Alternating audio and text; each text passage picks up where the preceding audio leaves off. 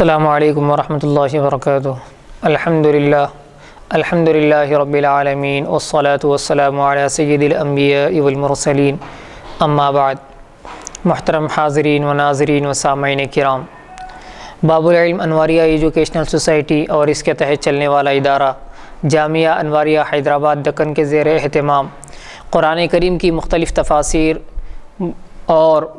بشمول صحاح ستہ حدیث اور فقہ کی 100 سے زائد کتابوں کی ویڈیو ریکارڈنگز کا سلسلہ شروع ہو چکا ہے، اور ان میں سے تقریباً کتابیں پائے تکمیل کو پہنچ چکی ہیں اور یوٹیوب پر اپلوڈ بھی کی جا چکی ہیں۔ اسی کی ایک سنہری کڑی نسائی شریف ہے، جس کا آغاز انشاءاللہ ہم کرنے جا رہے ہیں۔ نسائی شریف احادیث کے آغاز سے پہلے ہم مصنف کے حالات آپ کے سامنے رکھیں گے، تاکہ آپ کو بھی پتہ چلے کہ امام نسائی کیسے آدمی تھے۔ اور اس کا جو پہلا باب یعنی کتاب الطہارت ہم آپ کے سامنے پیش کریں گے، یہ ایصال ثواب کے لیے ہے، جو حضرت مولانا غوث محی الدین صدیقی رحمۃ اللہ علیہ فرزند بحر العلوم حضرت علامہ مولانا محمد عبد القدیر صدیقی حسرت رحمۃ اللہ علیہ ہیں، تو ان کے ایصال ثواب کے لیے ہم کتاب الطہارت پیش کر رہے ہیں۔ لیجئے آج ہم آپ کے سامنے پہلے امام نسائی رحمۃ اللہ علیہ کے حالات پیش کریں گے۔ پہلے ہم آپ کو بتاتے چلیں کہ امام نسائی رحمۃ اللہ علیہ کا نام اور ان کا نسب کیا تھا۔ آپ کا نام احمد اور ابو عبد الرحمن کنیت تھی۔ سلسلہ نسب یہ ہے، یعنی آپ کا جو نسب کا سلسلہ ہے وہ اس طرح ہے: احمد بن شعیب بن علی بن سنان بن بحر بن دینار بن نسائی الخراسانی، یہ آپ کا نام اور نسب ہے۔ لیکن بعض نے احمد بن علی بن شعیب نام ذکر کیا ہے، یعنی پہلے جو نام بتایا گیا اصل وہ احمد بن شعیب بن علی ہے، لیکن یہاں پر کہا جا رہا ہے کہ بعض لوگوں نے تھوڑی اس میں سے تبدیلی کر دی ہے، علی کو پہلے لا لیا ہے، لیکن بعض نے احمد بن علی بن شعیب نام ذکر کیا ہے۔ یہ درست نہیں، اس کے برعکس صحیح وہی ہے جسے اکثر اصحاب طبقات اور مؤرخین نے یعنی تاریخ لکھنے والے لوگوں نے لکھا ہے، یعنی احمد بن شعیب بن علی، یہ صحیح ہے۔ آپ کی پیدائش کب ہوئی اور آپ کی تاریخ ولادت اور تاریخ وفات، آپ کب پیدا ہوئے اور دنیا سے کب رخصت ہوئے، اصحاب الطبقات اور مؤرخین نے یعنی تاریخ محفوظ کرنے والوں نے آپ کے سن پیدائش میں اختلاف کیا ہے، یعنی آپ کس سن میں پیدا ہوئے تھے، کون سے سال میں آپ پیدا ہوئے تھے۔ بعض نے 214 ہجری اور بعض نے 215 ہجری بیان کیا ہے، یعنی ہجرت کے 214ویں سال آپ پیدا ہوئے، اور بعض نے 215ویں سال کو بیان کیا ہے، اور بعض نے 225 ہجری بھی ذکر کیا ہے، یعنی 10 سال کا اور فاصلہ۔ جیسا کہ مولانا ضیاء الدین صاحب نے شذرات اور حسن المحاضرہ کے حوالے سے نقل کیا ہے، یعنی یہ کتابیں ہیں ان کے حوالے سے نقل کیا ہے، لیکن شذرات کا حوالہ دینا درست نہیں، کیونکہ علامہ ابن عماد نے امام نسائی رحمۃ اللہ علیہ کی وفات 303 ہجری ذکر کرتے ہوئے کہا ہے وَلَهُ 88 سنہ، یعنی 88 سال کے تھے، تو اس لحاظ سے ان کی پیدائش 225 ہجری میں کسی صورت میں بھی نہیں ہوئی، یعنی 225 ہجری آپ کی جو پیدائش بتائی جا رہی ہے یہ غلط ہے۔ محدث مبارک پوری رحمۃ اللہ علیہ نے امام نسائی سے نقل کیا ہے یشبہ ان یکون مولدی فی سنہ، یہ بیان کرنے کے بعد آپ نے لکھا ہے 215 215، یعنی 215، یہ ہجری آپ نے بیان کیا ہے، یعنی 215 ہجری، جس سے 214 ہجری یا 215 ہجری کا تردد، یعنی کہ آپ 214 میں پیدا ہوئے یا 215 ہجری میں پیدا ہوئے، یہ جو شک ہے یہ بھی ختم ہو جاتا ہے۔ تو آپ نے کیا کہا کہ 215 ہجری میں، یہ اس کا مجھے شبہ ہے، تو جس سے 214 یا 215 کا جو تردد تھا وہ بھی ختم ہو جاتا ہے۔ غالباً لفظ یشبہ جو عربی عبارت میں بیان کیا گیا کہ یشبہ ان یکون مولدی فی سنہ، یشبہ کا جو لفظ استعمال ہوا ہے وہیں سے بعض نے ان کی پیدائش 214 ہجری میں بھی بتائی ہے، لیکن واللہ عالم، اللہ بہتر جانتا ہے، لیکن جو غالب گمان ہے وہ 215 ہجری کا ہے۔ آپ کا وطن کیا تھا؟ آپ کہاں کے تھے؟ امام نسائی رحمۃ اللہ علیہ نے اگرچہ بعد میں مستقل سکونت مصر ہی میں اختیار کر لی تھی، یعنی آپ مستقل مصر ہی کو اپنا وطن بنا لیا تھا اور وہیں پر رہنے لگے تھے، لیکن آپ کی پیدائش خراسان کے مشہور شہر نسا میں ہوئی۔ خراسان ایک ملک ہے یا ایک بہت ہی بڑا علاقہ ہے جس میں نسا نام کا ایک علاقہ ہے، ایک شہر ہے، اس میں آپ کی پیدائش ہوئی، جو حرف نون اور سین کے فتح کے ساتھ، یعنی نسا، نون کے زبر کے ساتھ اور سین کے بھی زبر کے ساتھ اور حمزہ مقصورہ کے ساتھ پڑھا جاتا ہے، اور کبھی عرب لوگ اس حمزے کو واو سے بدل کر نسبت کرتے وقت نسوی بھی کہا کرتے ہیں، یعنی نسا میں جو الف ہے اس کو واو کے ساتھ بھی بدل کر نسبت کرتے ہیں اور نسوی کہتے ہیں واو کے ساتھ، اور قیاس بھی یہی چاہتا ہے، لیکن مشہور نسائی ہے، یعنی بسا اوقات جہاں پر الف ہوتا ہے تو وہاں پر واو سے بدل دیا جاتا ہے، جیسے الف ہو یا ہو، وہاں پر جیسے دہلی ہے، اس کی طرف اگر کسی کی نسبت کرنا ہے تو دہلوی کہا جاتا ہے، یعنی واو کا اضافہ وہاں کیا جاتا ہے، تو یہ قیاس بھی ہے اور ایک قاعدہ بھی ہے، لیکن نسائی یہ مشہور ہو چکا ہے۔ رحلت اور سفر، یعنی آپ نے کہاں کہاں سفر کیا، کس لیے سفر کیا، کتنے آپ نے سفر کیے۔ امام نسائی رحمۃ اللہ علیہ کی ابتدائی تعلیم کا پتہ نہیں چل سکا، صرف آپ کے طلب حدیث کے لیے، یعنی حدیث کا علم حاصل کرنے کے لیے دور دراز کے اسفار کے تذکرے ملتے ہیں کہ آپ نے دور دور تک سفر کیا علم حدیث حاصل کرنے کے لیے، جن میں حجاز، عراق، شام، جزائر اور خراسان شامل ہیں۔ آپ کا پہلا سفر خراسان کی طرف تھا، وہاں کے مشائخ سے، یعنی وہاں کے بڑے بڑے علماء سے، مشہور محدثین سے استفادے کے بعد، یعنی ان سے فائدہ اٹھانے کے بعد بغداد کو شرف ورود بخشا، یعنی بغداد کو آپ کی تشریف آوری ہوئی، بغداد آپ تشریف لائے، وہاں شرف ورود بخشا، یعنی آنے کا شرف بغداد کو دیا، یعنی آپ وہاں پر تشریف لائے۔ وہاں امام قتیبہ کے پاس 1 سال 2 ماہ رہے، یعنی 14 مہینے، لیکن اس رحلت کے سن میں اختلاف ہے کہ آپ کب وہاں بغداد تشریف لے گئے، اس میں بھی اختلاف ہے۔ اب آپ کے شیوخ، آپ کے اساتذہ کہ آپ نے کس سے علم حاصل کیا، آپ کے شیوخ کون ہیں، آپ کے شیخ کون ہیں، آپ نے کس سے تربیت حاصل کی، علم حاصل کیا۔ امام نسائی رحمۃ اللہ علیہ کو جن مشائخ سے استفادہ کا موقع ملا، جن سے آپ نے استفادہ کیا، ان میں امام محمد بن اسماعیل بخاری، یعنی جو صحیح بخاری کے مصنف ہیں یا مرتب ہیں احادیث کے، ان میں امام محمد بن اسماعیل بخاری، امام ابو داود، امام احمد وابنہ عبداللہ، یعنی امام احمد اور ان کے بیٹے عبداللہ، یہ بھی آپ کے شیخوں میں ہیں۔ الحارث بن مسکین، محمد بن عبد الاعلی، علی بن خشرم، ابراہیم بن یعقوب الجوزجانی، احمد بن بکار، عمرو بن زرارہ، محمد بن بشار، عمرو بن الفراس، یعقوب بن ابراہیم الدورقی، عبداللہ ابن مسعود ابن سعید الکندی،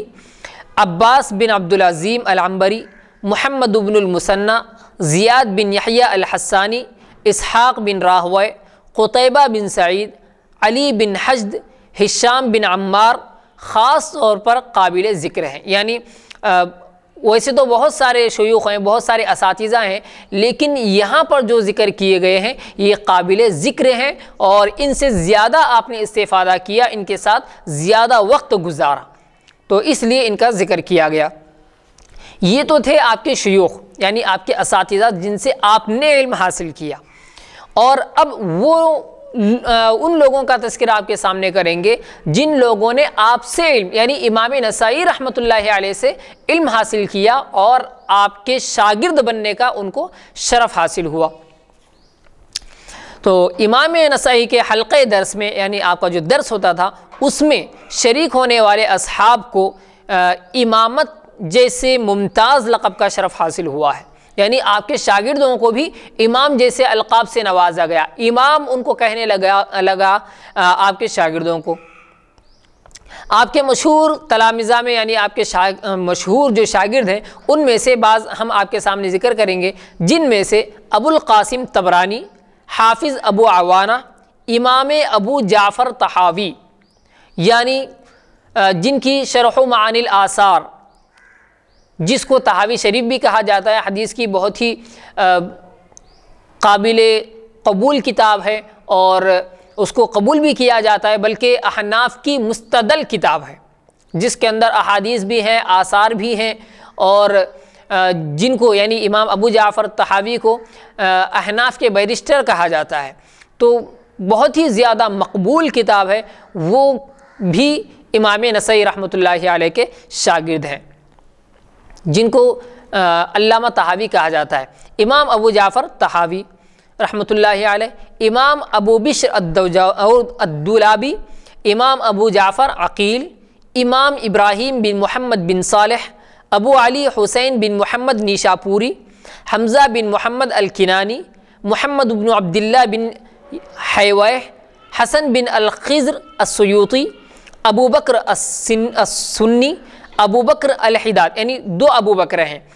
ایک ابو بکر السنی ہے اور ایک ابو بکر الحداد الفقیہ، یہ فقیہ ہیں وغیرہ، یہ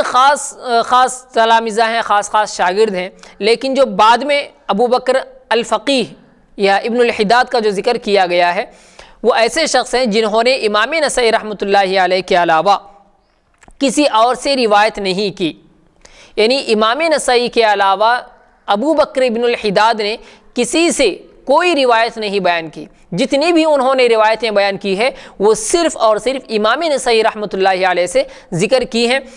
چنانچہ دارقطنی رحمۃ اللہ علیہ فرماتے ہیں کان ابن الحداد کثیر الحدیث، یعنی ابن حداد جو ہے یعنی ابو بکر جن کا آپ کے تلامذہ میں آپ کے شاگردوں میں سب سے آخر میں بیان ہوا، وہ کثیر الحدیث تھے، یعنی بہت ہی زیادہ حدیثیں بیان کیا کرتے تھے۔ ولم یحدث عن غیر النسائی، لیکن انہوں نے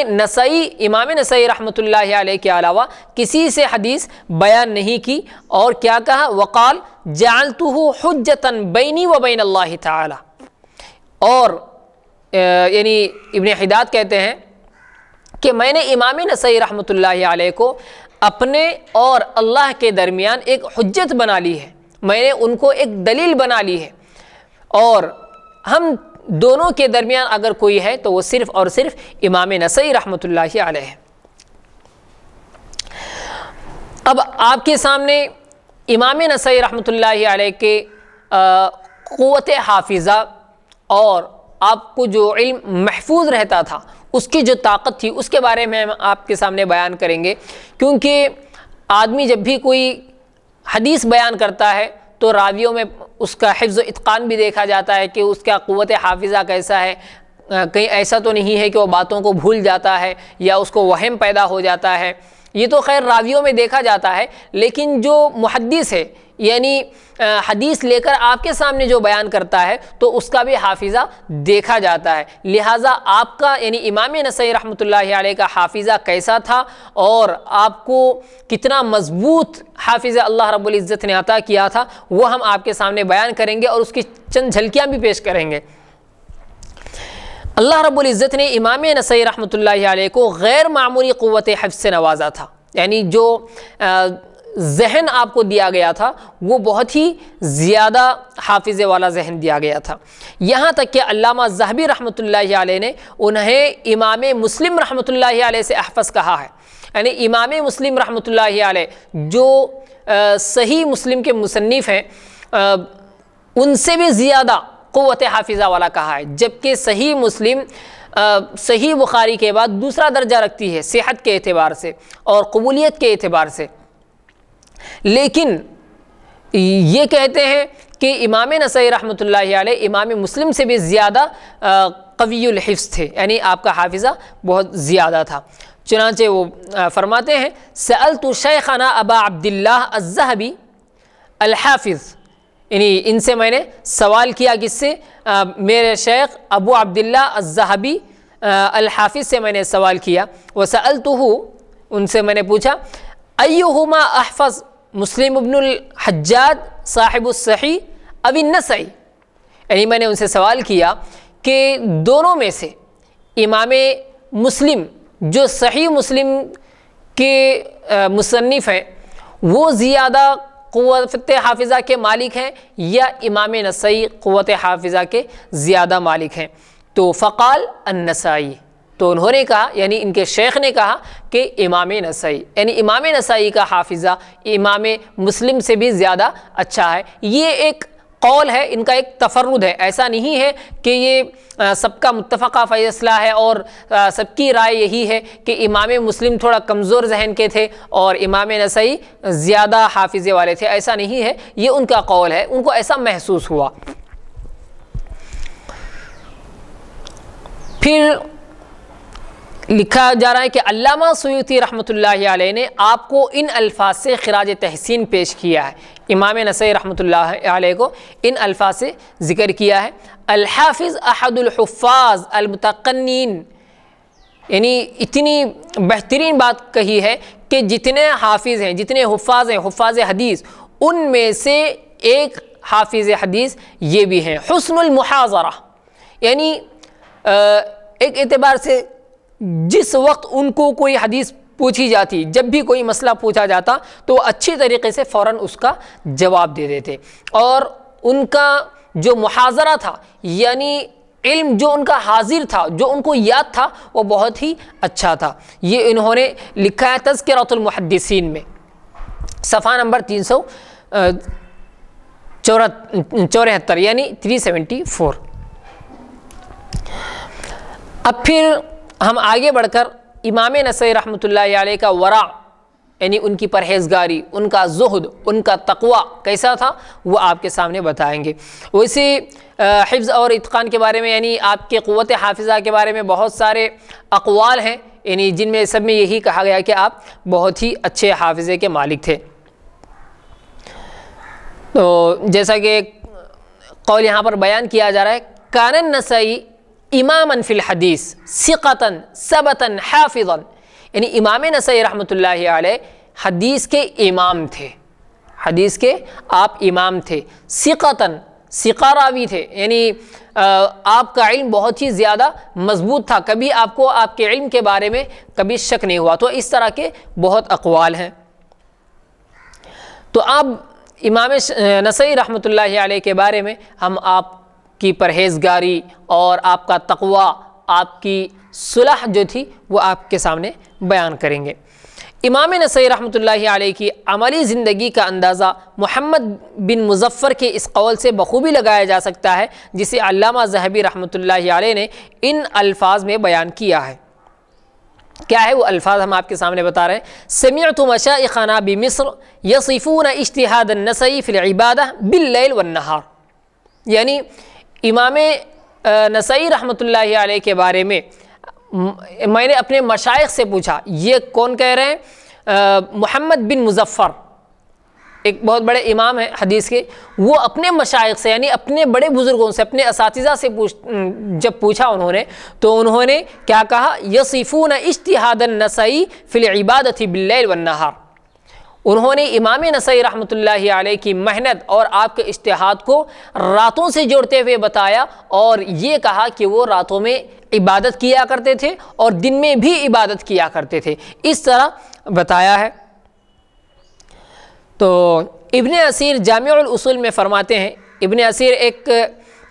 محدث ہیں اور بہت بڑے فقیہ بھی ہیں، انہوں نے اپنے جامع الاصول میں فرمایا ہے کہ امام نسائی رحمۃ اللہ علیہ کے ورع اور تقوی پر اس سے بڑھ کر اور کیا دلیل ہو سکتی ہے کہ اپنے استاد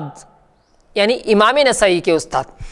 اپنے استاد حارث بن مسکین سے انہوں نے جس حالت میں سماع کیا، یعنی جس حالت میں انہوں نے اپنے استاد سے سنا، اس کو اسی انداز یعنی قرأت علیہ اس طرح یعنی میں نے ایسا پڑھا، وَأَنَا أَسْمَعُ میں سنتا ہوں، تو اس طرح کے الفاظ سے انہوں نے بیان کیا ہے۔ دوسرے مشائخ سے اخذ کردہ روایت کی طرح حدثنا و اخبرنا کے الفاظ استعمال نہیں کیے، یعنی جیسے احادیث بیان کرتے ہوئے محدثین حدثنا اور اسی طرح اخبرنا، حدثنا یعنی انہوں نے ہم سے بیان کیا، اسی طرح اخبرنا یعنی انہوں نے ہمیں خبر دی۔ اس طرح کے جو الفاظ دوسرے اساتذہ کے لیے، دوسرے مشائخ کے لیے انہوں نے استعمال کیا، ان کے لیے محمد بن مسکین کے لیے یہ الفاظ انہوں نے استعمال نہیں کیے۔ اور اسی طرح جیسے عام طور پر محدثین جو احادیث بیان کرتے ہیں وہ حدثنا یا اخبرنا اس طرح کے الفاظ سے بیان کرتے ہیں، لیکن امام نسائی رحمۃ اللہ علیہ نے ایسا نہیں کیا۔ اس کے بعد حافظ ابن اسیر نے، یعنی جنہوں نے یہ بات کہی کہ امام نسائی رحمۃ اللہ علیہ اپنے استاد سے اس طرح بیان کرتے ہیں، تو انہوں نے جو کہا اس کے بعد حافظ ابن اسیر نے اس کی دو وجہیں بیان کی ہیں، یعنی قرأت علیہ وانا اسمع، اس طرح کے الفاظ سے انہوں نے محمد ابن مسکین کے بارے میں اس طرح کیوں بیان کیا امام نسائی نے، اس کی دو وجہ بیان کی ہیں، دو صورتیں بیان کی ہیں۔ ایک تو یہ ہے کہ امام نسائی اور امام الحارث یعنی جن کا نام بیان کیا گیا جو ان کے استاد تھے، ان کے درمیان ناراضگی تھی، کچھ ناراضگی آ گئی تھی، اس وجہ سے انہوں نے حدثنا یا اخبرنا کا لفظ استعمال نہیں کیا، بلکہ قرأت علیہ وانا اسمع کے الفاظ استعمال کیا ہے امام نسائی رحمۃ اللہ علیہ نے۔ اور دوسری وجہ یہ ہے کہ ان کو شبہ ہوا تھا، یعنی امام نسائی رحمۃ اللہ علیہ کو شبہ ہوا تھا کہ شاید یہ بادشاہ کا جاسوس ہے، یعنی امام نسائی رحمۃ اللہ علیہ کے جو استاد تھے حارث یا محمد بن مسکین، ان کو ایک شک تھا کہ یہ امام نسائی جو ہے یہ بادشاہ کا ایک جاسوس ہے، کیونکہ ان کے سر پر بڑی ٹوپی، یعنی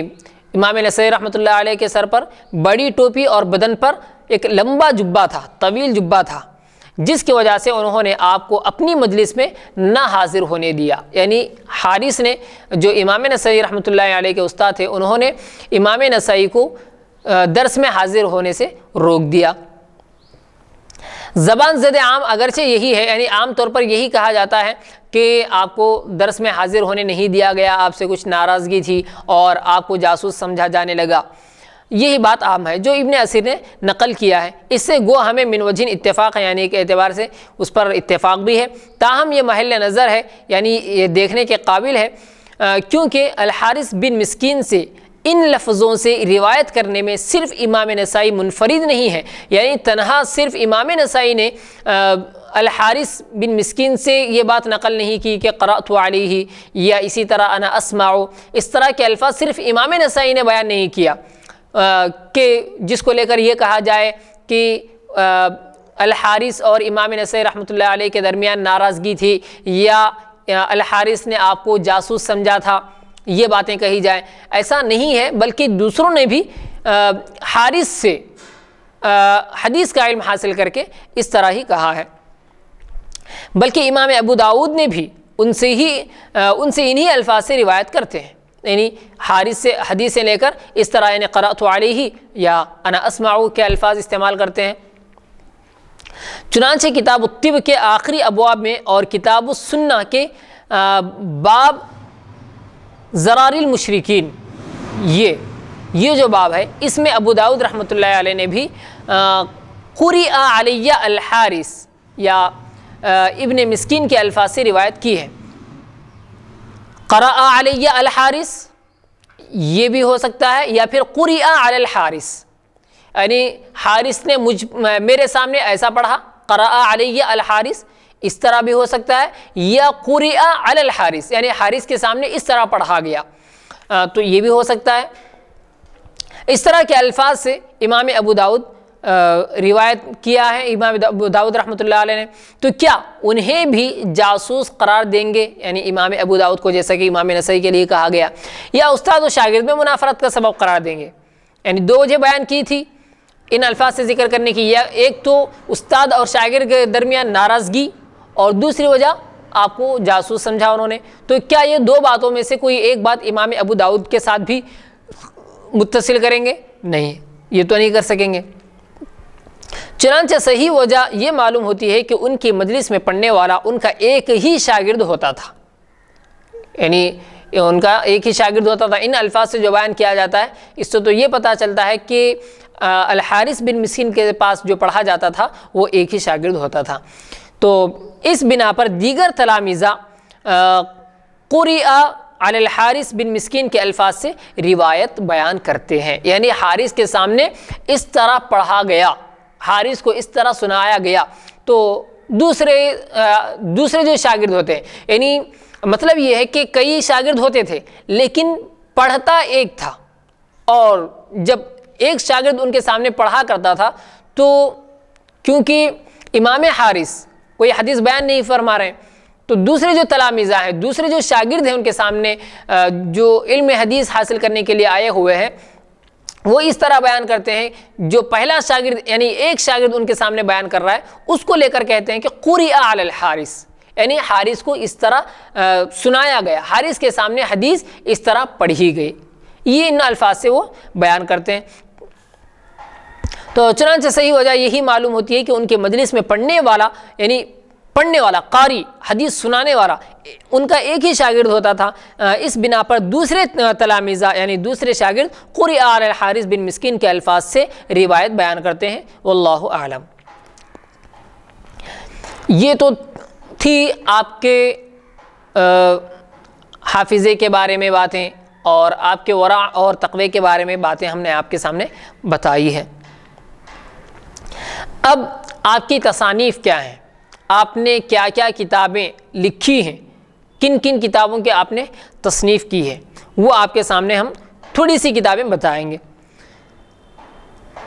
امام صاحب کی جن تصانیف کا ہمیں علم ہو سکا، یعنی جتنی کتابیں معلوم ہو سکی، وہ آپ کے سامنے بیان کی جا رہی ہیں. ان میں سے پہلی کتاب ہے خصائص علی رضی اللہ تعالیٰ عنہ، یعنی حضرت علی رضی اللہ تعالیٰ عنہ کے جو خصائص ہیں، آپ کی جو خصوصیتیں ہیں، اس کے متعلق آپ نے ایک کتاب لکھی خصائص علی کے نام سے. دوسری کتاب آپ نے لکھی ہے فضائل صحابہ. پہلی جو کتاب آپ کے سامنے بیان کی گئی ہے خصائص علی، اس کو لیا گیا ہے التذکرہ و طبقات میں، یعنی اس میں لکھا ہے کہ آپ نے یہ کتاب لکھی ہے. اور دوسری جو فضائل صحابہ ہم آپ کے سامنے بتا رہے ہیں، یہ کشف الظنون میں لکھا گیا ہے. اور مسند علی، حضرت علی کی مسند، یعنی آپ کی حدیثیں آپ سے جو مروی ہیں وہ آپ نے لکھی ہے. مسند مالک چوتھی کتاب. پانچویں کتاب کتاب التمیز، یعنی فرق کرنا، تمیز کرنا، اس کے بارے میں آپ نے لکھا ہے. اور اسی طرح کتاب المدلسین، یعنی حدیث گھڑنے والوں کے احوال، یا حدیث گھڑنے والے کون ہیں، حدیث بنانے والے اور جھوٹی حدیثیں بیان کرنے والے، تدلیس یعنی حدیث گھڑنا، وہ کون ہیں، اس کے بارے میں آپ نے لکھا ہے.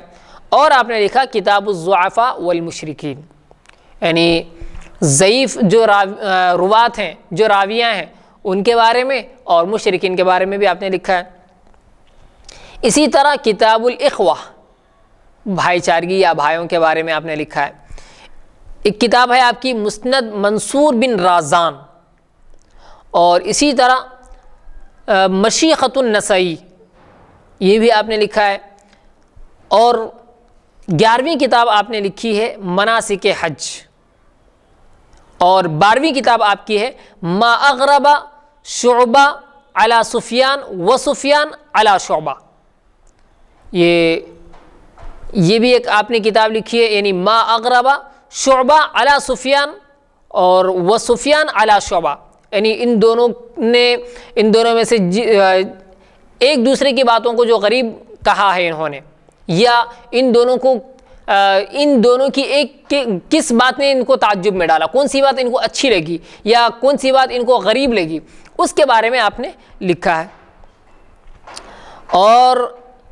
اسی طرح آپ نے لکھا ہے اسماء الروات، یہ بھی ایک کتاب ہے. تو اس کا ذکر کرتے ہوئے علامہ جزری لکھتے ہیں وَلَهُ مَنَاسِكُ یعنی مناسک حج کے بارے میں لکھتے ہیں کہ وَلَهُ مناسک یعنی آپ نے کتاب المناسک لکھا ہے، الفها علی مذہب الشافعی، آپ نے کتاب المناسک جو لکھا ہے امام نسائی رحمۃ اللہ علیہ نے اپنی کتاب میں، تو یہ کیا کیا ہے انہوں نے؟ الفها علی مذہب الشافعی، انہوں نے امام شافعی کے مسلک کو سامنے رکھتے ہوئے اور امام شافعی کے مسلک پر ہی اپنا یعنی کتاب المناسک یعنی حج کے جو مسائل ہیں انہوں نے لکھا ہے۔ کتاب الجرح والتعدیل میں یہ بات لکھی ہوئی ہے۔ اور اسی طرح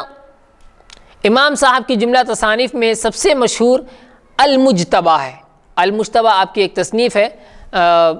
یہ سب سے مشہور کتاب ہے۔ تو بہت ساری کتابیں ہیں، ان میں سے ایک مشہور کتاب، مقبول کتاب المجتبہ ہے۔ ہم اب آپ کے سامنے سنن کی روات اور مرویات سنن یہ بیان کریں گے، یعنی نسائی، سنن نسائی ہے نا، تو اس سنن کی جو راوی ہیں ان کے بارے میں، اور مرویات سنن یعنی جو حدیثیں پیش کی گئی ہے، جو حدیثیں روایت کی گئی ہے سنن میں، وہ اس کے بارے میں کچھ بتائیں گے۔ سنن صغریٰ المسمى بہ المجتبہ، یعنی سنن صغریٰ ایک کتاب ہے جو المجتبہ سے مشہور ہے، المجتبہ کے نام سے مشہور ہے، جسے امام نسائی نے امیر رملہ کے کہنے پر مرتب کیا تھا، یعنی ان کے کہنے پر آپ نے وہ کتاب تصنیف کی تھی۔ اس میں کل 5761 حدیثیں ہیں، 5761 حدیثیں ہیں، اور اس سے سنن الکبریٰ کی ضخامت کا اندازہ ہوتا ہے، یعنی وہ کتنی بڑی ہے کتاب، کتنی موٹی ہے، یعنی سنن صغریٰ ہی اتنی بڑی ہے کہ اس کے اندر تقریباً 5761 احادیث آ گئی ہیں سنن صغریٰ میں، یعنی چھوٹی سنن میں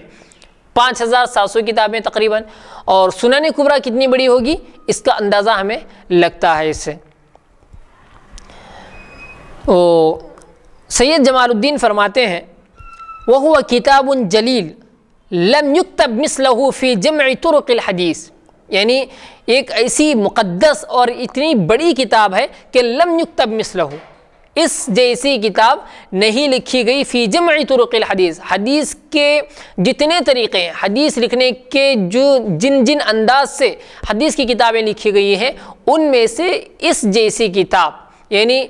سنن صغریٰ جیسی کتاب نہیں لکھی گئی۔ محدث مبارک پوری رحمۃ اللہ علیہ کی تصریح کے مطابق، یعنی آپ کی وضاحت کے مطابق، اس کا قلمی نسخہ جرمنی کے کتب خانے میں موجود ہے،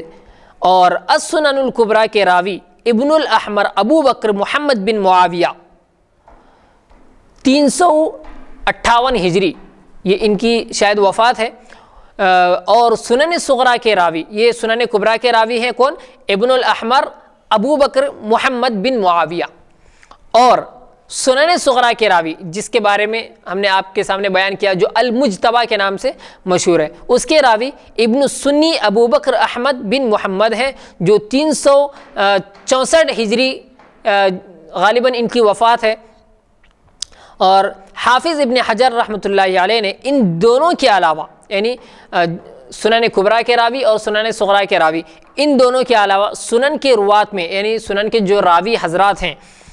ان میں عبد الکریم ابن امام نسائی، یعنی آپ کے لڑکے ہیں عبد الکریم ابن امام نسائی، ابو علی الحسن بن الخضر السیوطی، اور الحسن ابن رشیق العسکری، ابو حمزہ بن علی الحافظ ابو الحسن محمد بن عبداللہ بن زکریہ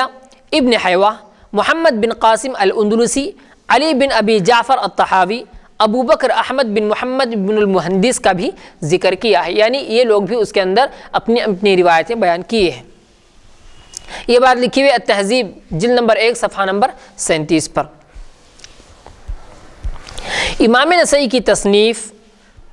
جو بروایت ابن سنی منقول ہے، یعنی سنی جو آپ کے راوی ہیں سنن کے، ان سے جو آپ کی تصنیف ہے، آپ نے جو ان کی روایتوں کو لے کر جمع کیا ہے اس پر تذکرہ نویسوں نے یعنی تذکرہ لکھنے والے احوال لکھنے والوں نے امیر رملہ کے واقعے کو دلیل بنایا ہے۔ جیسا کہ ہم نے کہا کہ مجتبیٰ کو یعنی سنن صغریٰ کو جو انہوں نے لکھا ہے امام نسائی رحمۃ اللہ علیہ نے وہ امیر رملہ کے کہنے پر لکھا ہے، تو اس کو ہی دلیل بنایا ہے انہوں نے۔ لیکن علامہ ذہبی اس واقعے کی تغلیط کے ساتھ یعنی اس کو غلط کہتے ہوئے اس کتاب کو ابن سنی کی تصنیف قرار دیتے ہیں۔ چنانچہ اعلام النبلاء میں فرماتے ہیں ان هذه الرواية لم تصح، یعنی یہ جو قصہ بیان کیا جا رہا ہے کہ امیر رملہ کے کہنے پر آپ نے سنن صغریٰ کی تالیف فرمائی، سنن صغریٰ کی تصنیف کی، یہ جو کہا جا رہا ہے یہ غلط ہے۔ اور آگے لکھتے ہیں بل المجتبی اختصار ابن سنی تلمیذ النسائی، یعنی بلکہ جو مجتبیٰ یعنی سنن صغریٰ ہے وہ ابن سنی جو نسائی کے شاگرد ہیں ان کا ایک اختصار ہے، مختصر ہے، ورنہ ان کی اور بھی بہت ساری روایتیں ہیں۔ اب سنن نسائی کی اہمیت، یہ تو ہم نے اب تک آپ کے سامنے امام نسائی یعنی سنن نسائی کے مصنف جو ہیں ان کے بارے میں آپ کو بتایا، تو اب نسائی شریف کی کیا اہمیت ہے، اس کے حدیثوں کو ہم کہاں تک اور کون سا درجہ اس کو دے سکتے ہیں، اور محدثین نے اس کو کتنی اہمیت دی ہے، وہ آپ کے سامنے بیان کریں گے۔ کتب اصول میں جن کتب کو شمار کیا گیا یعنی اصول کی جو کتابیں ہیں ان میں جن کتابوں کو شمار کیا گیا ہے اور جن کتابوں کو شامل کیا گیا ہے ان میں سنن نسائی بھی خاص اہمیت کے حامل ہے۔ یعنی کتب اصول میں پہلی بات تو یہ ہے کہ کتب اصول میں کسی کتاب کا آ جانا وہی بہت ہی اہمیت کی حامل بات ہے اور بہت ہی زیادہ قابل قدر بات ہے۔ تو کتب اصول میں سنن نسائی تو آ گئی، ایک بہت بڑی اہمیت کی بات ہے، اور اس کو ابو داؤد اور ترمذی کے بعد بیان کیا جاتا ہے۔ ابو داؤد جو سیاہ ستہ میں ہے اور سنن ترمذی وہ بھی سیاہ ستہ میں ہے، تو اس کے بعد سنن نسائی کا درجہ آتا ہے، یعنی سیاہ ستہ میں یہ بھی موجود ہے۔ لیکن یہ تو ایک درجہ بتایا گیا، اب اور آگے بڑھ کر آپ دیکھیں، لیکن بعض مغاربہ نے یعنی مغربی لوگوں نے انہوں نے کیا کیا، اسے صحیح بخاری سے بھی اہمیت دے دی ہے۔ یعنی صحیح بخاری جو سیاہ ستہ میں اولین کتاب ہے اور جس کو اصح الکتب بعد کتاب اللہ الباری کہا جاتا ہے، یعنی قرآن کریم کے بعد، یہ تو محدثین کا بنایا ہوا قول ہے کہ قرآن کریم کے بعد اگر کوئی کتاب صحیح ہے تو وہ صحیح بخاری ہے، تو اس سے بھی زیادہ بعض مغاربہ نے سنن نسائی کو اہمیت دی ہے۔ اور آگے دیکھیے صرح بعض المغاربہ بتفضیل کتاب النسائی علی البخاری، یعنی امام نسائی کی کتاب کو امام بخاری کی کتاب پر بھی لوگوں نے فضیلت دی ہے۔ یہ بات ابن ماجہ اور علم حدیث، ایک کتاب ہے ابن ماجہ اور علم حدیث، اس کے صفحہ نمبر 218 پر لکھی ہوئی ہے، اور اس پر مزید ابن الاحمر نے اپنے بعض کلی شیوخ سے نقل کیا ہے اور کہا ہے کہ انہ اشرف المصنفات کلھا، یعنی جتنی تصنیفیں ہوئی ہیں، جتنی تصنیفات ہیں احادیث کے متعلق، ان میں سے اشرف المصنفات یعنی سب سے بہترین کتاب ہے، سب سے زیادہ اہمیت والی کتاب ہے، وما وضع فی الاسلام مثلہ، اور اسلام میں اس جیسی کوئی کتاب پھر سے تصنیف نہیں کی گئی، اتنی اہمیت اس کی بتائی جا رہی ہے۔ تو یہ ہے سنن نسائی کی اہمیت۔ امام ابن رشید نے امام بخاری اور مسلم کے جن طریقوں کی جامعیت کی طرف اشارہ کیا ہے، گو اس بات کو علامہ سیوطی نے بیان نہیں کیا، تاہم معلوم ہوتا ہے کہ جامعیت اعتبار فقیہانہ و محدثانہ انداز کے ہے، جو کہ اول امام بخاری میں اور ثانی امام مسلم میں بکثرت موجود ہے۔ یعنی ایک دوسری بات سے اس کا تعلق ہے، جیسا کہ کہا گیا قال النسائی کتاب السنن کلہ صحیح، کتاب السنن یعنی جو انہوں نے لکھا ہے وہ ساری کی ساری صحیح ہے، وبعضہ معلول الا انہ لم یبین علتہ والمنتخب المسمى بالمجتبی صحیح کلہ۔ یہ امام سیوطی رحمۃ اللہ علیہ نے امام نسائی سے نقل کیا ہے۔ علامہ سیوطی نے یہ قول یعنی ابھی جو آپ کے سامنے بیان کیا گیا یہ ابن الاحمر کے واسطے سے نقل کیا ہے۔ اس کے علاوہ ابو علی النیسابوری، ابن احمد، ابن عدی، ابو الحسن الدارقطنی، ابو عبداللہ الحاکم، ابن مندہ، عبد الغنی بن سعید، ابو یعلا الخلیلی، ابو علی ابن سکن، ابو بکر الخطیب، ابو بکر السنی، ابو طاہر السلفی وغیرہ نے سنن پر صحت کا اطلاق کیا ہے۔ یعنی سنن نسائی صحیح کتاب ہے اور اس کے اندر صحیح احادیث کو جمع کیا گیا ہے۔ اور اسی طرح آگے کہا گیا ہے کہ یہ اطلاق یعنی صحیح کتاب ہے، صحیح احادیث اس کے اندر جمع کیے گئے ہیں، یہ اطلاق باعتبار کثرت صحیح روایات کے ہے۔ یعنی اس کے اندر ایسا نہیں ہے کہ اس میں جتنی احادیث بیان کی گئی ہیں سب کی سب صحیح ہیں، لیکن بلکہ یہ ہے کہ اس کے اندر اکثر و بیشتر یعنی زیادہ تر حدیثیں جو ہیں وہ صحیح روایات ہیں۔ جیسا کہ حافظ ابن کثیر الباعث الحسیس یعنی ایک کتاب ہے، اور علامہ زرکشی الفقت علی ابن الصلاح میں لکھتے ہیں تسمیۃ الکتب الثلاثہ صحاحا اما باعتبار الاغلب لأن غالبها الصحاح والحسان وهي ملحقه بالصحاح والضعيف منها بملتحق۔ یعنی کتابوں کا جو نام دیا جاتا ہے یعنی صحیح کا جو نام دیا جاتا ہے وہ اس کی غالب حدیثوں کو دیکھ کر، اس کے غالب حصے کو دیکھ کر یعنی زیادہ تر حصے کو دیکھ کر کہ زیادہ تر حصہ اس کا صحیح ہے یا ضعیف حدیثوں پر شامل ہے۔ اگر اس کی زیادہ تر حدیثیں صحیح ہیں تو اس کتاب کو صحیح کہا جاتا ہے۔ تو اب دیکھیے سنن نسائی کی کچھ خصوصیات ہیں، اور سنن نسائی چند خصوصیتیں اپنے اندر رکھتی ہے جس کو ہم آپ کے سامنے بیان کریں گے۔ خصوصیات سنن نسائی میں جو چیزیں ہمیں نمایاں طور پر یعنی ظاہری طور پر نظر آئی وہ یہ ہے۔ پہلی چیز حسن ترتیب، یعنی امام نسائی نے سنن نسائی میں جو ترتیب دی ہے اور ابواب کو جس طرح انہوں نے مرتب کیا یعنی ترتیب دیا ہے، اور ان ابواب میں احادیث کو جس طریقے سے ترتیب دیا ہے وہ بہت ہی بہترین ترتیب ہے۔ چنانچہ ابن رشید کا قول پہلے گزر چکا کہ یہ تصنیف اور ترتیب کے لحاظ سے بہتر اور بہت ہی زیادہ عمدہ ہے۔ دوسری بات، متعدد مسائل کو ثابت کرنے کے لیے ایک روایت کو کئی جگہوں میں ذکر کرتے ہیں، جیسا کہ امام بخاری رحمۃ اللہ علیہ کا بھی ایک طریقہ ہے کہ انہوں نے متعدد یعنی مختلف بہت سارے مسائل کو بیان کرنے کے لیے بہت ساری جگہ اس روایت کو ذکر بھی کیا۔ ایسا نہیں ہے کہ کہہ دیا کہ کما مرہ جیسا کہ گزر چکا، یا کہہ دیا کہ کما مرہ فی کتاب الطہارہ یعنی جیسا کہ کتاب الطہارت میں گزر چکا، ایسا انہوں نے نہیں کیا، بلکہ اس مسئلے کو بیان کرنے کے لیے پھر سے اس حدیث کو بھی بیان کیا ہے، اور یہی طریقہ امام بخاری رحمۃ اللہ علیہ نے بھی اپنایا ہے۔ تیسری بات، احادیث کے طرق کی خوب وضاحت کرتے ہیں، یعنی احادیث کا جو طریقہ ہوتا ہے، اس کی جو سند ہوتی ہے اور جو راویاں ہوتے ہیں ان کے بارے میں کھل کر بیان کرتے ہیں، اور اختلاف الفاظ کو ملحوظ رکھتے ہیں، یعنی اگر کہیں الفاظ بدل رہے ہیں راویوں کے اعتبار سے، احادیث کے الفاظ بدلتے ہیں تو اس کا بھی بھرپور لحاظ کرتے ہیں، جیسا کہ امام مسلم کا انداز بھی ہے۔ بسا اوقات، یعنی ہم ایک اور بات آپ کو بتاتے چل رہے ہیں، بسا اوقات علل حدیث پر بھی گفتگو فرما دیتے ہیں کہ یہ حدیث اس درجے کی ہے، اور اس حدیث میں ایک یہ علت ہے، اس حدیث میں ایک کمزوری ہے، یہ ضعف ہے، یا یہ اچھی حدیث ہے، اس طرح وہ بیان کرتے چلتے ہیں۔ اور آپ کو علل حدیث میں غیر معمولی ملکہ حاصل تھا، یعنی علل حدیث میں آپ کو بہت ہی زیادہ صلاحیت حاصل تھی آپ کو۔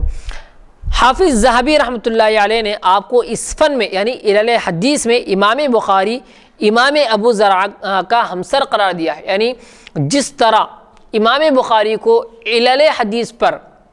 ایک کمانڈ حاصل تھی اور جو صلاحیت امام بخاری کی علل حدیث پر تھی وہی صلاحیت علل حدیث میں امام نسائی رحمۃ اللہ علیہ کو بھی حاصل ہے۔ پانچویں بات، کبھی کبھی روات کے اسماء یعنی جو راوی ہیں ان کے نام اور ان کے القاب یعنی جو ان کا لقب ہے اور جو ان کی کنیت ہے اس کے ابہام کی وضاحت. راوی ہے مگر اس کا نام نہیں، یا اس کی کنیت نہیں، یا اس کی کنیت آ گئی مثلا اس کا نام نہیں آیا، یا لقب آیا مگر اس کا نام نہیں آیا. تو اس طرح جہاں جہاں ابہام ہے، باتیں وضاحت کے ساتھ نہیں ہے، یا راویوں کے حالات وضاحت کے ساتھ نہیں کہ کون راوی ہے، پہچانا نہیں جا رہا ہے، تو وہاں پر اس کو بھی یہ اس کی وضاحت کر دیتے ہیں اور بیان کر دیتے ہیں. اور راویوں کے تفرد اور اختلاف کو بھی بیان کرتے ہیں کہ راوی ایک حدیث تو بیان کر رہا ہے مگر اس کے ساتھ ساتھ اس کا تفرد بھی ہے، یعنی وہ اکیلا اس حدیث پر، یعنی تقلید تو کسی اور کی کرتا ہے مگر اپنا تفرد بالخصوص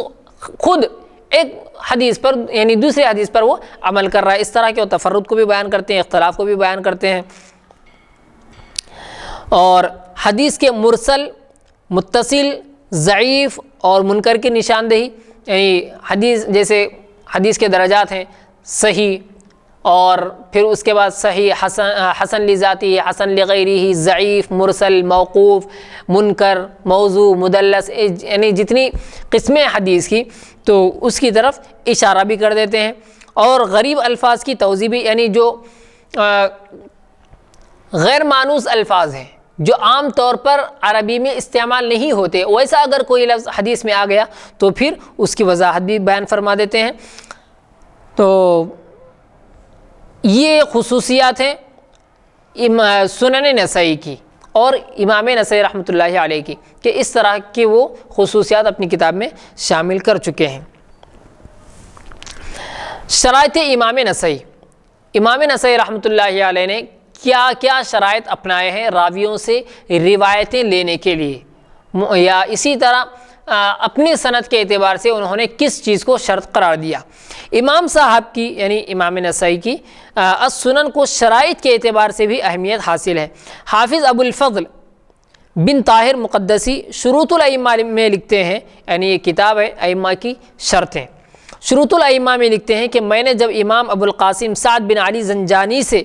مکے میں ایک راوی کے متعلق دریافت کیا، یعنی پوچھا ایک راوی کے متعلق، تو انہوں نے اس کی توثیق کی، یعنی کہا کہ یہ ثقہ راوی ہے، اس سے حدیث لے سکتے ہیں. تو میں نے عرض کیا کہ امام نسائی رحمۃ اللہ علیہ نے تو اس کی تضعیف فرما دی ہے، یعنی اس کو ضعیف راوی کہا ہے، اس سے حدیث لینے سے وہ کتراتے ہیں، نہیں لیتے ہیں. اس پر موصوف فرمانے لگے یا بنیہ ان لابی عبد الرحمن فی الرجال شرطا اشد من شرط البخاری و مسلم. یہ ہے امام نسائی رحمۃ اللہ علیہ. یعنی انہوں نے کہا جب کہ ان سے پوچھا گیا کہ امام نسائی تو ان سے حدیث نہیں لیتے ہیں، ان کو اس راوی کو ضعیف کہتے ہیں، تو انہوں نے کہا کہ اے میرے بیٹے، یہ جو امام نسائی رحمۃ اللہ علیہ ہیں وہ شرط کے اعتبار سے، یعنی راوی کس طرح کا ہو، اس کے اندر کیا کیا خصوصیتیں ہوں حدیث لینے کے لیے، اس طرح کی جو محدثین شرط لگاتے ہیں، ان میں سے امام نسائی ایسے ہیں جو شرط کے اعتبار سے امام بخاری اور امام مسلم رحمۃ اللہ علیہما ان دونوں سے بھی زیادہ سخت ہیں شرط کے اعتبار سے. چنانچہ فرمایا گیا کہ ان لابی عبد الرحمن فی الرجال، یعنی راویوں میں اس کے اعتبار سے شرطن، یعنی شرط لگانے کے اعتبار سے اشد من شرط البخاری و مسلم، امام بخاری سے بھی زیادہ سخت ہے، امام مسلم سے بھی زیادہ سخت ہے راوی سے کوئی روایت لینے میں. لیکن یہ شرط اصحاب تراجم و اصول نے کہیں ذکر نہیں کی. البتہ شروط الائمہ الخمسہ للحازمی کے حاشیے پر ابن رجب کی شرح ترمذی سے یہ منقول ہے کہ امام النسائی فشرطہ اشد، یعنی امام نسائی کی جو شرط ہے وہ بہت ہی زیادہ سخت ہے. ولا یکاد یخرج لم یغلب علیہ الوہم، یعنی اور ایسا بھی نہیں ہے کہ وہ کسی پر ان کو وہم ہو رہا ہو اس کو بھی وہ لے لیں، ایسا بھی نہیں ہے. ولا لمن یفحش الخطا کثیرا، یعنی وہ ایسے لوگوں سے لے لیتے ہیں حدیث جو جن کی غلطیاں زیادہ نہیں ہیں. اس طرح بھی یعنی شرط کے اعتبار سے بھی وہ، اس کا مطلب یہ ہے کہ انہوں نے بہت ہی زیادہ چھانٹ بینٹ کی ہے اور تحقیق کی ہے. اور نسائی کے اندر کون سی حدیثیں ہیں؟ حافظ ابو الفضل ابن طاہر نے شروط الائمہ میں یہ بھی ذکر کیا ہے کہ امام ابو داؤد اور نسائی کی کتابوں میں، امام ابو داؤد کی کتاب یعنی ابو داؤد میں اور نسائی میں تینوں قسموں کی روایات ہیں۔ کیا ہے؟ پہلی قسم وہ روایات جو صحیحین میں ہیں، یعنی وہ احادیث جو صحیح بخاری میں ہیں اور صحیح مسلم میں ہیں۔ دوسری وہ جو صحیحین کی شرط پر ہیں۔ صحیحین کی ایک تو وہ ہوئی کہ صحیحین میں ہیں، یعنی بخاری اور مسلم میں ہیں، وہ حدیثیں تو ہیں، لیکن بعض وہ حدیثیں بھی ہیں جو امام بخاری اور امام مسلم کی شرط کے مطابق ہیں۔ انہوں نے راوی سے روایت لینے کے لیے راوی میں کیا کیا چیزیں پائی جانی چاہیے، وہ جو شرطیں لگائی ہیں، اس شرط کو ملحوظ رکھتے ہوئے امام نسائی نے احادیث لی اور اپنی کتاب میں اس کو داخل کر دیا، امام ابو داؤد نے بھی اور امام نسائی نے بھی۔ تو اس طرح کی حدیثیں بھی، یعنی جو گویا کہ امام بخاری اور امام مسلم کو بھی جو تسلیم ہے، جن کو وہ بھی مانتے ہیں، ایسے حدیث انہوں نے لی ہیں۔ تیسری وہ روایت جو متکلم فی ہے، یعنی جن کے بارے میں کلام کیا گیا، جن کے صحیح اور یا اسی طرح حسن یا ضعیف ہونے میں کلام کیا گیا، جن کے راویوں کے بارے میں کلام کیا گیا، اور ان کی نشاندہی بھی انہوں نے کر دی ہے۔ ایسا نہیں کہ صحیح روایتوں میں اس کو داخل کر دیا اور پتہ بھی نہ چلے کہ کون سی روایت صحیح ہے کون سی روایت صحیح نہیں ہے، بلکہ انہوں نے اشارہ بھی کر دیا کہ یہ حدیث جو ہے وہ متکلم فی ہے، اس کے بارے میں محدثین نے کلام کیا ہے، کیونکہ ان کا یہ مذہب تھا کہ جب وہ کوئی اور صحیح روایت نہ پاتے تو ضعیف کو ہی نقل کر دیتے، یعنی اگر صحیح حدیث نہ ملتی تو وہ ضعیف حدیث کو ہی نقل کر دیتے، لِأَنَّهُ أَقْوَى عِنْدَهُمَا مِنْ رَأْيِ الرِّجَالِ، کہ وہ ان دونوں کے نزدیک یعنی امام بخاری اور امام مسلم کے نزدیک ان کے نزدیک زیادہ قوی ہوتی۔ اور بہت ساری باتیں ہیں امام نسائی رحمۃ اللہ علیہ کے متعلق، لیکن اب ہم امام نسائی رحمۃ اللہ علیہ کا مسلک ذکر کریں گے کہ وہ کس مسلک سے تعلق رکھتے تھے، کیونکہ جب ہم ان کی کتاب پڑھیں گے آگے چل کر، کتاب سنیں گے ان کی اور احادیث سنیں گے، تو کہیں ایسا نہ ہو کہ ہمارے ذہنوں میں یہ بات آ جائے کہ امام نسائی رحمۃ اللہ علیہ فلاں مسلک سے تعلق رکھتے ہیں، اس لیے انہوں نے اپنی بات بتائی ہے اور اپنے مسلک کی تائید میں، اپنے مسلک کو قوت دینے کے لیے انہوں نے یہ حدیث بیان کی ہے، یہ بات ہمارے ذہنوں میں نہ آئے۔ تو اس لیے ہم پہلے ان کے بارے میں ایک بات بتلا دیتے ہیں کہ امام نسائی رحمۃ اللہ علیہ کس مسلک سے تعلق رکھتے تھے، کیا وہ حنفی تھے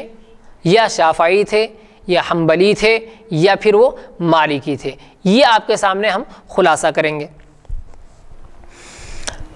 بعض لوگوں نے ان کو شافعی کہا ہے کہ امام نسائی رحمۃ اللہ علیہ شافعی تھے، اور بعض لوگوں نے انہیں حنبلی بھی لکھا ہے۔ تو اس کے بارے میں کہ کیا امام نسائی شافعی تھے یا کیا امام نسائی حنبلی تھے، یہ بتائیں گے کہ طبقات شافعیہ میں علامہ السبکی کے امام نسائی کا ترجمہ قائم کرنے سے بعض نے آپ کو شافعی المسلک کہا ہے۔ طبقات شافعیہ ایک کتاب ہے وہ جس کے اندر شافعی مسلک کے جو علماء ہیں اور جو شیوخ ہیں ان کا ذکر کیا گیا ہے، تو ان میں سے امام نسائی کا بھی ذکر کیا گیا ہے، تو اس سے یہ بات معلوم ہوتی ہے کہ امام نسائی رحمۃ اللہ علیہ شافعی المسلک تھے۔ اور اسی طرح آپ کے کتاب المناسک، جیسا کہ آپ کو بتلایا بھی گیا کہ کتاب المناسک یعنی کتاب الحج جو ہے آپ کا، حج کے جو مسائل ہیں وہ آپ نے شافعی مسلک کے اعتبار سے لکھے ہیں، تو اس اعتبار سے بھی۔ اور اسی طرح آپ کے کتاب المناسک جو کہ امام شافعی کے مسلک پر ہے، تحریر کرنے سے علامہ ابن اسیر جزری فرماتے ہیں کہ آپ کے شافعی المسلک ہونے کا شائبہ ہوتا ہے، یعنی یہ بات اس بات کا پتہ چلتا ہے کہ آپ مسلک کے اعتبار سے شافعی تھے۔ یہ ابن اسیر کہتے ہیں کہ ایسا شبہ ہوتا ہے، شبہ یعنی ایسا معلوم ہوتا ہے، ایسا ایک شک پیدا ہوتا ہے ذہنوں میں، لیکن ان دونوں بزرگوں کے اس طرح کے بیان سے آپ کو شافعی نہیں کہا جا سکتا، یعنی انہوں نے یقینی طور پر یا امام شافعی سے کوئی بات نقل کر کے نہیں کہا کہ امام شافعی شافعی المسلک تھے، یعنی مسلکن شافعی تھے۔ ایک نے تو یہ کہا کہ طبقات شافعیہ میں آپ کا نام ہے اس لیے آپ شافعی ہیں، ضروری نہیں ہے، بلکہ انہوں نے طبقات شافعیہ میں آپ کا جو نام آیا وہ ایک محدث کے اعتبار سے آیا ہو، اور دوسرا جو بیان کیا گیا ہے ابن اسیر جزری نے جو بیان کیا ہے وہ بھی انہوں نے ایک اپنا خیال بیان کیا ہے، وہ بھی کوئی پختہ بات نہیں ہے۔ تو ان دونوں بزرگوں کے اس طرح کے بیان سے آپ کو شافعی نہیں کہا جا سکتا، کیونکہ دوسری طرف شیخ الاسلام ابن تیمیہ رحمۃ اللہ علیہ نے آپ کو حنبلی ظاہر کیا ہے۔ یہ دیکھیے ابن اسیر کہتے ہیں اور طبقات شافعیہ میں لکھا ہوا ہے نام آپ کا تو آپ شافعی ہو گئے۔ ابن اسیر بھی کتاب المناسک چونکہ شافعی المسلک کے اعتبار سے ہے اس لیے آپ ان کو امام نسائی رحمۃ اللہ علیہ کو شافعی کہتے ہیں، لیکن شیخ الاسلام ابن تیمیہ جو محدث جلیل ہیں، بہت ہی قابل محدث ہیں، انہوں نے امام نسائی رحمۃ اللہ علیہ کو حنبلی ظاہر کیا ہے، جیسا کہ علامہ کاشمیری رحمۃ اللہ علیہ اپنی امالی جو آپ کی کتاب ہے کتاب الامالی اس میں فرماتے ہیں کہ والنسائی و ابو داود حنبلیان، امام نسائی اور امام ابو داود حنبلی تھے۔ صرح به الحافظ ابن تیمیہ، یعنی ابن تیمیہ کا قول نقل کرتے ہوئے علامہ کشمیری رحمۃ اللہ علیہ نے فیض الباری میں یہ کہا ہے کہ والنسائی و ابو داود حنبلیان، یعنی امام نسائی اور امام ابو داود حنبلی تھے۔ تو طبقات شافعیہ کی وجہ سے آپ کو شافعی کہا گیا، کتاب المناسک شافعی مسلک کے اعتبار سے ہونے کی وجہ سے آپ کو شافعی کہا گیا، لیکن امام ابن تیمیہ دونوں کو یعنی امام نسائی کو بھی اور امام ابو داود کو بھی حنبلی کہہ رہے ہیں۔ تو کیا اس بیان پر آپ کو حنبلی کہا جائے گا ابن تیمیہ کے اس قول کی وجہ سے؟ نہیں، کیونکہ آپ کا کوئی مسلک ظاہر نہیں ہوا اور کبھی آپ نے کسی مسلک کے بارے میں یہ نہیں کہا کہ میرا یہ مسلک ہے، تو پھر آخر آپ تھے کیا؟ وہ تو خود مجتہد تھے، یعنی آپ کے اندر ایسی صلاحیت تھی کہ آپ خود اجتہاد کر کے اپنے مسائل پر عمل کیا کر سکتے تھے۔ صرف بات یہ ہے کہ آپ کا اجتہاد کبھی تو امام شافعی رحمۃ اللہ علیہ کے مذہب کے مطابق ہوتا اور کبھی دوسرے فقہا کے ساتھ، یعنی کبھی آپ شافعی مسلک کے اعتبار سے کبھی آپ کا اجتہاد ہوتا، یعنی آپ مسائل کا جو استنباط کرتے تھے احادیث سے قرآن سے، تو کبھی اجتہاد آپ کا امام شافعی کے مسلک کے اعتبار سے ہوتا اور کبھی آپ کا اجتہاد امام احمد بن حنبل کے اعتبار سے ہوتا، تو کبھی امام اعظم ابو حنیفہ رحمۃ اللہ علیہ کے مسلک کے اعتبار سے ہوتا، مختلف مسلک کے اعتبار سے آپ کا اجتہاد ہوتا۔ تو آپ نہ شافعی المسلک تھے اور نہ آپ حنبلی مسلک کے تھے، بلکہ حافظ ابن حزم نے تو یہاں تک وضاحت کی ہے، صراحت کی ہے کہ یہ ائمات و تقلید کے منکر، یہاں پر بعض لوگوں کا ذکر کیا گیا ہے، جیسے وَأَمَّا مسلم، امام مسلم رحمۃ اللہ علیہ، والترمذی والنسائی وابن ماجہ وابن خزیمہ وابو یعلا والبزار ونحوہم، یعنی ان جیسے بڑے بڑے علماء، فہم علی مذہب اہل الحدیث، یہ جو حضرات ہیں یہ اہل حدیث کے مذہب پر تھے۔ مطلب اس کا یہ ہے کہ آج کل جو نام نہاد اہل حدیث طبقہ ہے جو اپنے آپ کو اہل حدیث کہتا ہے، آپ اگر حدیث کی اصطلاح میں آئیں، حدیث سیکھنے کے لیے آئیں، حدیث کی کتابیں پڑھیں گے تو وہاں پر جو اہل الحدیث کا جو لفظ آتا ہے وہ محدثین کے لیے ہے، نہ کہ نام نہاد اہل حدیث طبقے کے لیے، یعنی جو دور حاضر میں ہمارے اس دور میں اس وقت جو غیر مقلد طبقہ ہے، جو کسی امام کی تقلید نہیں کرتا، نہ حنفی مسلک کی تقلید کرتا ہے، نہ شافعی مسلک کی، نہ حنبلی مسلک کی، نہ ہی مالکی مسلک کی تقلید کرتا ہے، وہ اہل حدیث وہ الگ ہے، وہ صرف کہنے کے اعتبار سے ہے کہ ہم حدیث پر عمل کرتے ہیں۔ تو یہ جو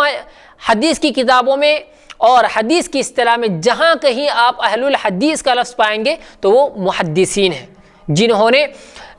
بڑے بڑے راویوں سے حدیثیں حاصل کی۔ تو یہ اہل حدیث تھے، لیسو مقلدین، یہ مقلد نہیں تھے، یعنی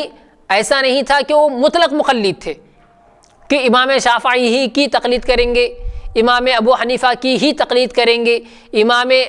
مالک رحمۃ اللہ علیہ کی، یعنی کسی ایک کی تقلید کریں گے، ایسا نہیں تھا۔ لیسوا مقلدین لواحد، کسی ایک کے مقلد نہیں تھے، بعینہ من العلماء ولا هم من الائمة المجتہدین علی الاطلاق، اور نہ ہی وہ مجتہد مطلق تھے، نہ مقلد مطلق تھے، نہ ہی مجتہد مطلق تھے، یعنی بالکلیہ طور پر وہ مقلد نہیں تھے، کسی ایک کی تقلید نہیں کیا کرتے تھے مکمل مسائل میں، اور نہ ہی مجتہد مطلق تھے، یعنی مکمل مسائل میں اجتہاد ہی کرتے چلے جا رہے ہیں، ایسا بھی نہیں تھا۔ جن مسائل میں ان کا اجتہاد نہیں ہو پاتا وہ کسی ایک امام کی تقلید کر لیتے چاروں اماموں میں سے، اور جہاں ان کو سمجھ میں آتا وہ تقلید کر لیتے، اجتہاد کر لیتے، کیونکہ ان کے اندر وہ صلاحیت تھی، وہ اجتہادی کیفیت ان کے اندر تھی۔ تو اب آگے بتا رہے ہیں کہ بل یمیلون الی قول ائمۃ الحدیث، حدیث کا علم رکھنے والے، یعنی جن مسائل میں یہ اجتہاد نہیں کر سکتے تھے ان مسائل میں بل یمیلون الی قول ائمۃ الحدیث، بلکہ وہ مائل ہوتے، رجوع ہوتے ائمہ حدیث کی طرف، جیسے شافعی و احمد و اسحاق و ابی عبید و امثالہم، یعنی ان جیسے جو محدثین ہیں، مسائل کا علم رکھنے والے ہیں، ان کی طرف وہ رجوع ہوتے۔ تو حافظ ابن حزم نے یہاں تک وضاحت کی ہے کہ یہ ائمہ تو تقلید کے منکر، یعنی پہلے جو جیسے امام مسلم، ترمذی، ابو داؤد جو نام بتائے گئے ہیں وہ حضرات تو تقلید کے منکر تھے، اور لوگوں کو اس فعل سے، یعنی تقلید کے عمل سے، تقلید کے کام سے ہمیشہ روکنے والے ہیں۔ چنانچہ حضرت النواب حافظ ابن حزم سے نقل کرتے ہیں ثم اتی بعد ہؤلاء، یعنی ان لوگوں کے بعد جن لوگوں کا ذکر کیا گیا ہے، جیسے امام ابو داؤد وغیرہ وغیرہ جو ہیں، ثم اتی بعد ہؤلاء البخاری و مسلم و ابو داؤد والنسائی ما منهم احد اتى بامام فاخذ بقوله فتقلد به بل كل هؤلاء نهى عن ذلك وانكره، یعنی ان لوگوں نے تقلید مطلق کو، کیونکہ ان کے پاس اجتہاد کی صلاحیت تھی، اجتہاد کی قوت تھی، تو انہوں نے تقلید جو مطلق تقلید ہوتی ہے اس کا انہوں نے انکار کیا ہے۔ اور شاہ ولی اللہ محدث دہلوی رحمۃ اللہ علیہ نے بھی حجت اللہ میں، یعنی آپ کی کتاب ہے حجت اللہ البالغہ، اس میں اتفاقی اجتہاد کو ہی ان کے شافعیت کی طرف منسوب ہونے کا سبب ٹھہرا ہے، یعنی اکثر ان کے جو مسائل ہیں امام نسائی رحمۃ اللہ علیہ کے وہ شافعی المسلک کے اعتبار سے ہیں، اس لیے انہوں نے ان کو شافعی کہا ہے، ورنہ یہ بھی کوئی خاص فیصلہ نہیں ہے۔ بلکہ ایک اور ہم آپ کو یعنی ان تمام باتوں سے ہٹ کر ایک ایسی بات بتائیں گے جس سے آپ کو سمجھ میں آئے گا کہ امام نسائی رحمۃ اللہ علیہ کس مسلک سے تعلق رکھتے تھے۔ ان تمام اقوال کو چھوڑ کر، ان تمام باتوں کو کہ طبقات شافعیہ میں آپ کا نام ہے اس لیے آپ شافعی ہیں، ابن اسیر نے کہا کہ کتاب المناسک یعنی کتاب الحج آپ نے شافعی مسلک کے اعتبار سے لکھا ہے اس لیے آپ شافعی ہیں، ابن تیمیہ نے لکھا کہ النسائی و ابو داؤد حنبلیان، نسائی اور امام ابو داؤد دونوں حنبلی ہیں اس لیے آپ کو حنبلی کہا جائے گا۔ تو ان تمام باتوں کو چھوڑ کر یہ بات ہم آپ کو بتاتے ہیں کہ اگر بقول ابن کثیر، جیسا کہ کہا گیا کہ کتاب المناسک آپ نے شافعی مسلک کے اعتبار سے لکھا ہے، اس قول کو اگر دیکھا جائے تو اس کے لکھنے سے شافعی ہیں، تو کیا انہوں نے کتب السنن میں، آپ کی جو کتاب ہے کتب السنن میں دیگر ائمہ کی تاکید نہیں کی؟ کیا صرف امام شافعی کے مسلک کے اعتبار سے کتاب المناسک لکھا، تو کیا امام مالک کی تائید انہوں نے نہیں کی احادیث میں؟ کیا امام احمد بن حنبل کی تائید نہیں کی؟ کیا امام ابو حنیفہ کی تائید نہیں کی؟ یہ بات کتاب السنن کے ابتدا ہی میں،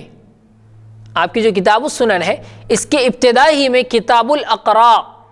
جیسے قرآن میں آیا ہے کہ والمطلقات یتربصن بانفسہن ثلاثۃ قروء، قروء کا جو لفظ ہے اس میں اختلاف ہے ائمہ کا، تو کتاب الاقراء میں ہمیں یہ بات ملتی ہے کہ آپ فاطمہ بنت ابی جیش کی مشہور روایت کے ذکر کرنے کے بعد فرماتے ہیں ھذا الدلیل علی ان الاقراء حیض، حادث دلیل علی ان الاقرا حیض۔ تو یہی مسلک امام ابو حنیفہ رحمۃ اللہ علیہ کا ہے کہ قروء سے جو معنی لیا جاتا ہے، کیونکہ قروء کے معنی ہیں حیض اور قروء کے معنی ہیں طہر، یعنی بالکل متضاد معنی ہے، لفظ ایک ہے لیکن اس کے معنی بالکل متضاد یعنی اپوزٹ ہے، ضد ہے دونوں، ایک طرف پاکی کے معنی ہے، ایک طرف ناپاکی کے معنی ہے۔ تو بعض حضرات قروء سے پاکی مراد لیتے ہیں اور بعض حضرات ناپاکی مراد لیتے ہیں، حیض جو ماہواری آتی ہے عورت کو وہ مراد لیتے ہیں۔ تو کتاب الاقراء کے شروع ہی میں، ابتدا ہی میں امام نسائی رحمۃ اللہ علیہ نے حادث دلیل علی ان الاقراء حیض اس کا یہ مطلب اس طرح کا جملہ استعمال کر کے انہوں نے امام ابو حنیفہ رحمۃ اللہ علیہ کے مسلک کی تائید کی ہے کہ امام ابو حنیفہ کا مسلک اقراء سے مراد حیض ہے۔ تو کیا امام نسائی کو اس موافقت کی بنا پر، یعنی یہ کہنے کی وجہ سے حنفی کہیں گے؟ نہیں، ہرگز نہیں، بلکہ حقیقت وہی ہے جو شاہ ولی اللہ صاحب اور علامہ الجزائری نے بیان کی ہے کہ یہ مجتہد تھے، یعنی آپ مجتہد بھی تھے کہ مسائل کا استنباط بھی کرتے تھے، اجتہادانہ صلاحیت بھی آپ کے اندر تھی، اور جن مسائل میں آپ اجتہاد نہیں کر پاتے تھے ان مسائل میں آپ کسی ایک کی تقلید کر لیا کرتے تھے، اور جزئیات مسائل میں، مسائل کے جو جزئیات اور چھوٹی چھوٹی جو باتیں ہوتی ہیں ان میں محدثین کی طرح احادیث کے مطابق عمل کرتے تھے، چھوٹے چھوٹے جو مسائل ہوتے ہیں۔ اور جن ائمہ کے مسلک کو کتاب و سنت کے قریب تر پاتے، جن علماء کے مسلک کو، جن محدثین کے مسلک کو، جن مجتہدین کے مسلک کو قرآن اور حدیث کے قریب تر پاتے، یعنی اس کے مفہوم کے قریب پاتے، تو وہ اس پر عمل کر لیتے، اس کی تائید فرما دیتے۔ تو یہ آپ کا مسلک تھا امام نسائی رحمۃ اللہ علیہ کا۔ کیا مسلک تھا؟ کہ آپ نہ مجتہد مطلق تھے کہ ہر مسئلے میں آپ اجتہاد کرتے، اور نہ ہی آپ مقلد مطلق تھے، یعنی سارے مسائل میں آپ تقلید کرتے، بلکہ جن مسائل میں آپ سے اجتہاد ہو سکتا تھا آپ نے ان مسائل میں اجتہاد کر کے عمل کر لیا، اور مسائل کے جو جزئیات چھوٹی چھوٹی باتیں ہیں ان کو آپ نے احادیث سے دیکھ کر جو حدیث کے بالکل مفہوم کے قریب ہوتا اس پر عمل کر لیا کرتے، اور جو مسائل آپ کو نہ سمجھ میں آتے اس میں انہوں نے کسی ایک امام کی تقلید کر لی ہے۔ تو یہ تھے آپ کے سامنے امام نسائی رحمۃ اللہ علیہ کے مختصر حالات، اور ہم نے آپ کے سامنے امام نسائی رحمۃ اللہ علیہ کے حافظے کے بارے میں بھی بتایا، آپ کی قوت ذہانت کے بارے میں بھی بتایا، آپ کے ورع اور پرہیزگاری یعنی جو تقویٰ تھا آپ کا وہ بھی ہم نے آپ کو بتایا، آپ کے بڑے بڑے جو شاگرد تھے جیسے امام ابو جعفر طحاوی رحمۃ اللہ علیہ جو طحاوی شریف کے مصنف ہیں، اور جو کتاب احناف کے لیے ایک دستور کے مطابق ہے، اتنی اہم ترین کتاب کے مالک ابو جعفر طحاوی آپ کے شاگرد ہیں۔ تو اس سے اندازہ یہ لگتا ہے اور یہ پتہ چلتا ہے کہ امام نسائی رحمۃ اللہ علیہ بہت پائے کے محدث تھے اور بہت ہی بلند درجہ رکھنے والے محدث تھے۔ تو اب ہمیں ان کے حدیثیں پڑھنے میں اور سننے میں اور اس پر عمل کرنے میں کسی طرح کا تردد نہیں رہنا چاہیے۔ جہاں انہوں نے ضعیف حدیثیں بیان کی ہیں وہاں پر ضعیف حدیث کی طرف اشارہ بھی کیا ہے کہ یہ حدیث ضعیف ہے یا اس حدیث کی سند میں کچھ نہ کچھ ضعف پایا جاتا ہے۔ تو جہاں ایسی بات ہوگی ہم وہاں انشاءاللہ اس کی وضاحت کر دیں گے۔ بس اللہ رب العزت سے دعا ہے کہ اللہ رب العزت ہم تمام کو قرآن اور حدیث پر عمل کرنے والا بنائے اور حدیثوں کو ماننے والا بنائے، احادیث پر سنتوں پر عمل کرنے والا بنائے، چھوٹی چھوٹی سنت پر بھی عمل کرنے کی توفیق عطا فرمائے، اور جو احادیث کے ذریعے دعائیں بتائی گئی ہیں ان مسنون دعاؤں پر عمل کرنے والا بنائے، اور بالخصوص حضور اکرم صلی اللہ علیہ وسلم کی شفاعت ہم سب کو نصیب فرمائے۔ آمین وآخر دعوانا ان الحمد للہ رب العالمین۔